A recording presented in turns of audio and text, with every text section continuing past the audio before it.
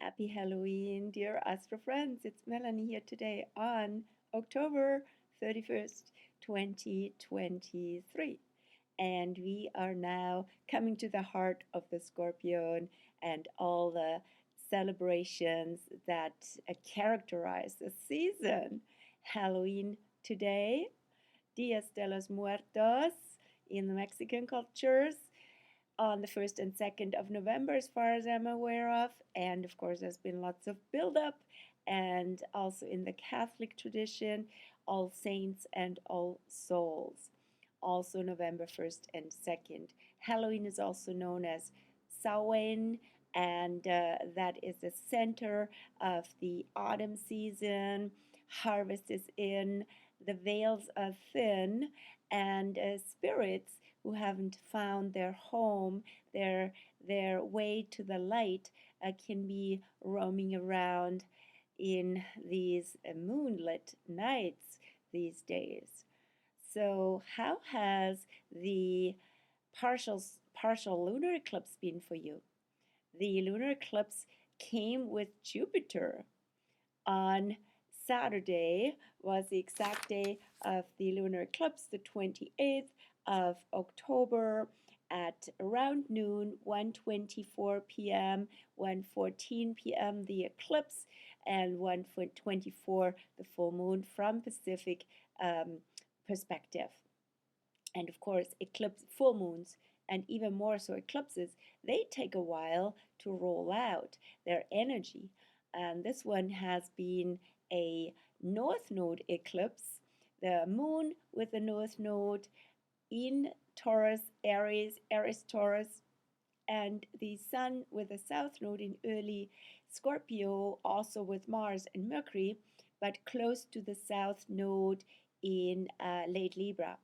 So a time to cultivate joy, gratitude, and sense of abundance consciousness and connection with nature, rather than getting all wrapped up in deep, dark, manipulative traps and so on, right? Especially in relationships.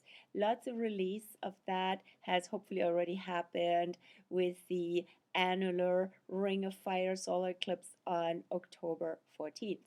And now the lunar eclipse could have shown us where the energy goes, what can grow from releasing inadequate or not really well matched situations with people where there's not real balance and where there's not real synergy.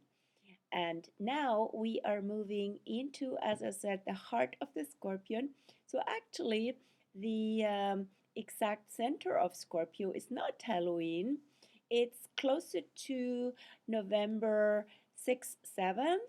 That would be more like 15 degrees of Scorpio. So if your birthday is around that time, your sun and your spirit wants to shine in all these dark and magical places and bring light into them.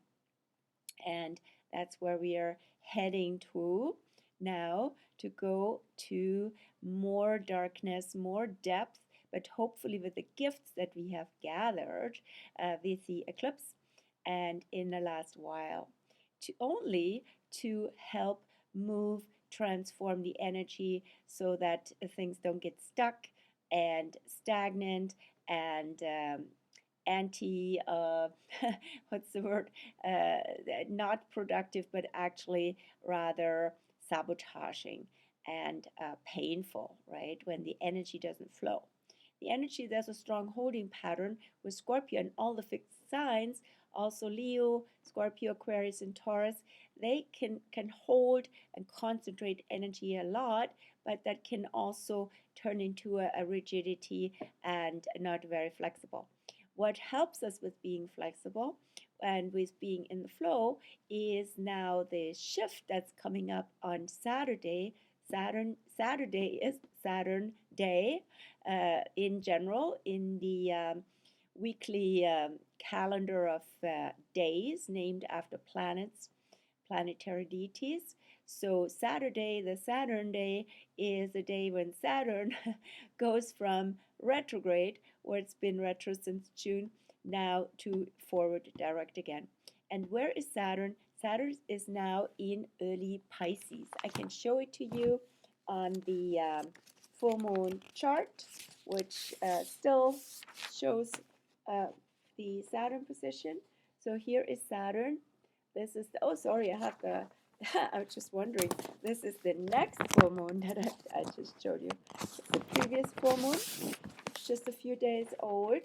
And Saturn is here in Pisces, retrograde still, but not much longer, only until November 4th.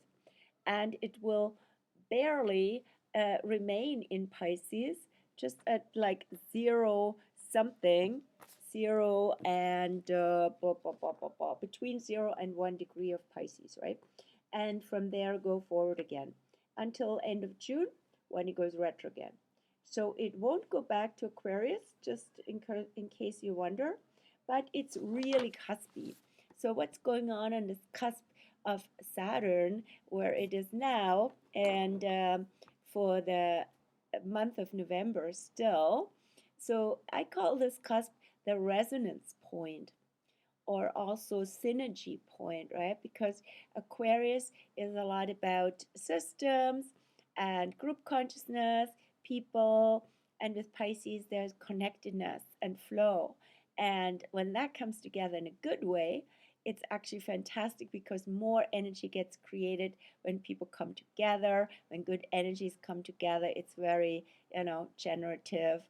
And yeah, so this is the point where we want to go forward from with Saturn, our coach, our cosmic coach, helping us, hopefully having helped remove obstacles to flow in the retro phase. Maybe old patterns have prevented you from being receiving, from being relaxed, from being at ease, from being really connected with energies that are very well suited for you, conducive.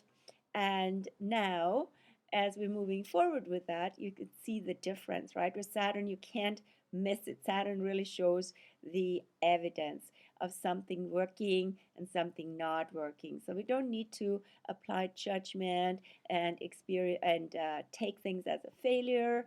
Saturn, it's actually feedback for what works best, and also where the work needs to be done.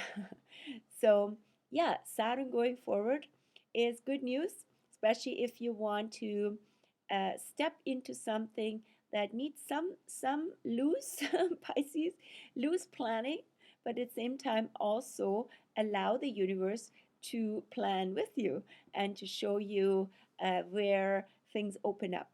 Pisces is about openness, flow, connectedness, right? So there's lessons for lots of us who are so conditioned, trained, used to basically always needing to micromanage. That would be more like the Virgo side. So if you have lots in Virgo, you're like, oh my gosh, all these details, everything needs to be in place. Yeah, that's true. But what matters, at least as much, if not more, with Saturn in Pisces, what your vibration is. So raising the vibration. What raises the vibration for you? And it doesn't have to be just light and joyful stuff. It can be also something that moves you really deeply, but at the same time you feel really alive with it. Like even grieving, right, can be very a process where you are so open, right? Often that's the only time and an experience where people become really open to receive, open to miracles, asking, praying. All of this is Pisces, and having faith is very Piscean. So I wish you a beautiful, new, renewed manifestation together with Spirit, the universe, God, angels, all of that with Pisces. They all want to help you, but if they are so-called good ones, they don't interfere unsolicitedly, and you have to ask. Then what else is going on this week? now it's also a big week for Jupiter, since on November 2nd, the Sun in Scorpio will oppose Jupiter. Jupiter is currently also retro until end of December. And Jupiter has been big, big feature with the full moon, with the eclipse. And now it's the time when the Sun opposes Jupiter, right? It was the moon, with the moon was with Jupiter, sorry, and now the Sun opposes Jupiter. That's once a year, right? When the Sun is in the opposite sign of Jupiter. And so, yeah, these two sides get really emphasized. The two biggest celestial bodies of our solar system create quite magnetic, quite an electromagnetic, quite a gravitational energy field, and pull us into two directions in a way, but also the two want to be bridged together. The Scorpio energy wants to go deep and wants to go really into these deep processes that are really on now this season, right? Even when you think of nature, right? Everything is composting and transforming through the disintegration, and that happens a lot. The deeper process happens in the dark and underground. And then on the other hand, Jupiter in Taurus wants us to grow basically above ground and be also in joy and celebrate the joy of nature and the joy of life, and they're having gratitude for all of that, right? So bringing the two together can be quite a magical time and quite a creative time. Then also this week on November 3rd, Venus in Virgo opposes Neptune in Pisces.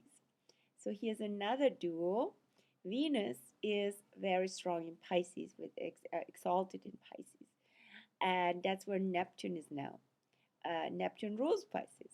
And then Venus is in the opposite sign that she is exalted in, where in Virgo is usually Venus is traditionally not so happy, but because she can attract lots of complications, lots of things to sort out and get into order, and not be so relaxed.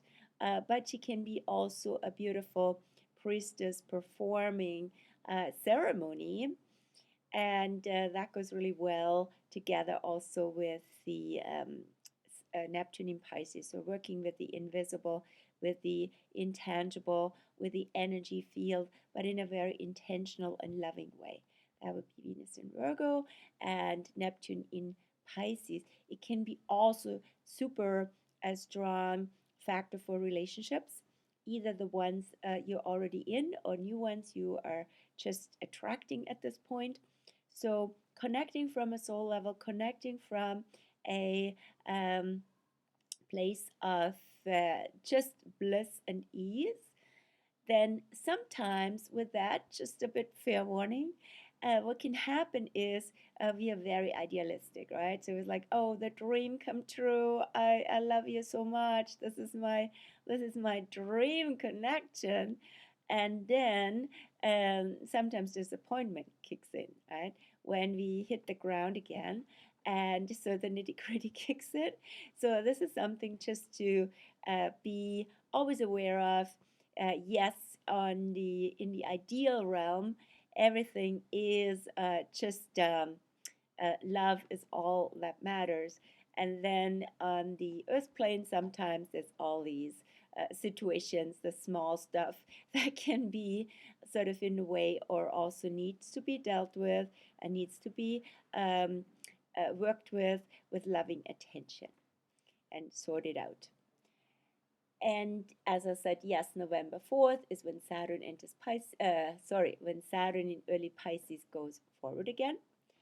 Now, what's the phase we're currently in, decades-wise, of Scorpio? So we're still in the first 10 degrees of Scorpio, which goes actually until November 3rd. And that's only when the center of Scorpio starts.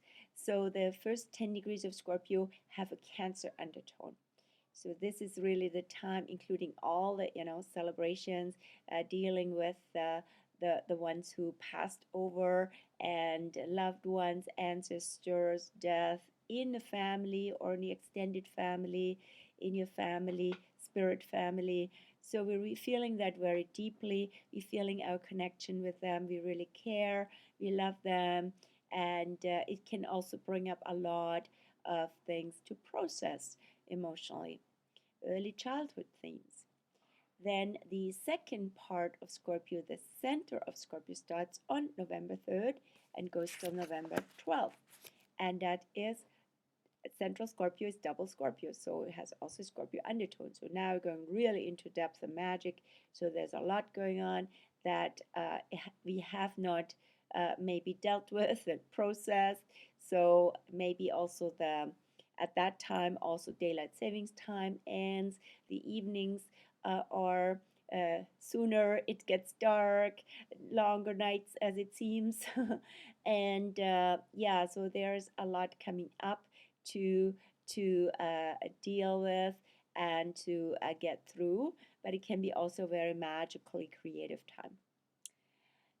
And then when it comes to the retro planets, so we have come through again another retro record summer and early fall, pretty much until October 10th when Pluto went out of retro. That's when we shifted from 6 to 5 planets retro, and now on Saturday Saturn goes out of retro. Then we have only, so to say, 4 planets retro left, and that will be Jupiter, Chiron, Uranus, and Neptune. That's still a lot, and the whole retro phase unravels this year rather slowly, because there will be the next level of retro to direct will be only November, December, end of November, December, and end of December even, right? So that will be still also quite a phase of going inward, going into old patterns. When it comes to themes like when we look at Jupiter, abundance. When it comes to themes of Chiron, that would be about healing and old wounds. And when it comes to Uranus, that's about freedom. And when it comes to Neptune, that's about surrender. And then what's with the moon phase of the week? Yes, the moon is now waning slowly, still popping, still strong. Yesterday, last night, and maybe tonight still for Halloween. But now in Gemini and out of Taurus where the eclipse was. Now in Gemini, since yesterday morning, all day today, until tomorrow mid-afternoon, 2:30 p.m.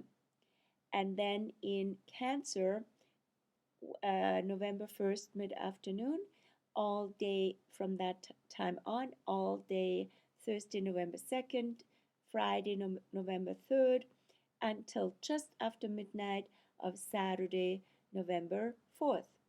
So that let me go through them all first. So then the moon will go into Leo all day Saturday, all day Sunday, and Monday until until pretty much midday. The moon will be then going into Virgo at 11:39 a.m. And yeah, so in this waning moon phase is also a phase to release and to let go, maybe also to regenerate more from all the full moon energy buildup. And the Gemini part that we're in now, there's a lot of thoughts, lots of talking, lots of things need to be released on the mental and communicative plane from the full moon buildup. Then in Cancer, the energy goes from mental much more into emotional. So Wednesday afternoon, Thursday, and Friday can be a very emotional time. Can be also time where we really need to go find our nest, our dark and calm nest to retreat to. Then on Saturday, the Saturn turnaround day will be Leo weekend, weekend with Moon in Leo and the Sun in Scorpio. And that's a half moon, a waning half moon. So there can be a beautiful time for celebration from the Leo side and creativity, but the solar side is also really deep, right? So it's not really a shallow or just a summer party, right? So this is a time to maybe doing very intentional ceremony. And yeah, I will be literally at the celebration of life for a friend who passed away. So yeah, sadly, but also beautifully aligned with that energy. On Sunday, daylight savings time ends, and the moon will be still in Leo, and then move over the Sphinx point on Monday around noon.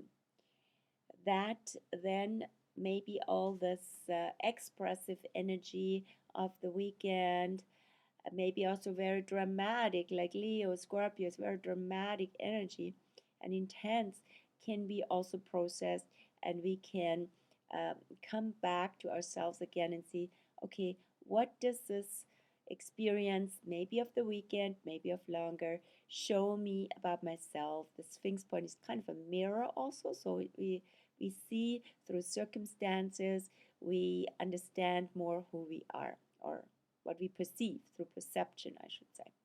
We understand more for who we are, and this is also time where we can direct our love and our passion into service. Right? And so that's it for this week, maybe a little shorter, and I'll gear up here also soon for some Halloween outings with friends. I look forward to that. Have a beautiful and very passionate and creative yet deep a week of Halloween and all the celebrations and ceremonies that follow. Bye bye.